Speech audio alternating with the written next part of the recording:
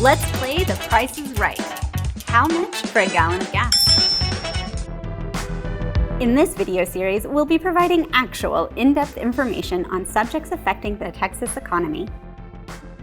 Gasoline, like any commodity, is largely affected by supply and demand, but an array of external factors can impact either the available supply or consumers' demand for gas. We see the resulting price changes so often it's expected. Prices can be affected by things like summer vacations, refinery maintenance schedules, and the weather. Even filling up on a different day of the week can affect how much you pay. To understand what's affecting the price at the pump, you need to look at what's happening in the global oil market.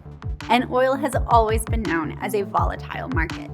That reputation led the state legislature to create the Texas Economic Stabilization Fund, better known as the Rainy Day Fund, back in the 80s, to ensure that during times of plenty, the state is saving a little extra.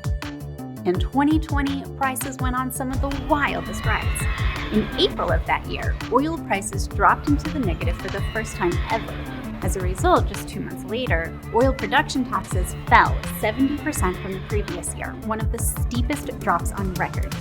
Then, almost 2 years later, oil production taxes brought in $666 million, the highest monthly collections on record and a 99% increase year over year. Those numbers are rounded in case you're superstitious.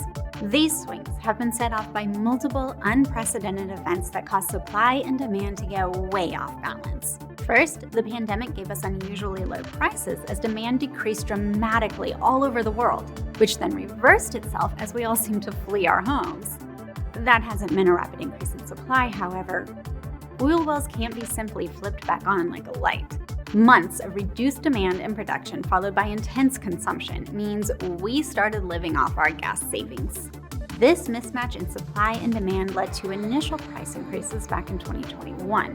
Additionally, the industry is experiencing the exact same supply chain issues and labor shortages as everybody else. Further, federal policies can affect costs, investments, and access, adding uncertainty to the market, making it difficult for companies to respond during changing times. That's all further impacted the available supply of gas and the industry's ability to respond to consumers. At present, and potentially for the foreseeable future, gas prices are being driven up by the war in Ukraine and more specifically by countries placing embargoes on the imports of Russian oil. These actions have the potential to remove up to 5 million barrels of oil per day from the global economy. That's a lot of oil. There aren't 5 million extra barrels of oil just lying around. Opinions do, of course, diverge on these causes, and people really don't agree on the solutions. Regardless, a quick long-term fix isn't likely.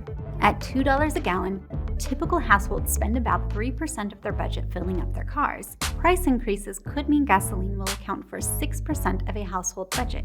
One estimate put the total at an extra $2,200 per year. That kind of cash requires a change in how we spend. Some households will delay purchases, and some companies will raise prices or fees.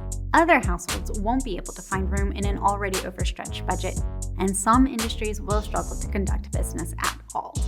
Typically, in times of exceptionally high gas prices, demand starts to decrease as people make changes to their driving habits or by switching to a more fuel-efficient vehicle. A decrease in demand is often followed by a decrease in price, but what that price will be, that's even more difficult to say. I can totally do 7 different ways, but what that price will be,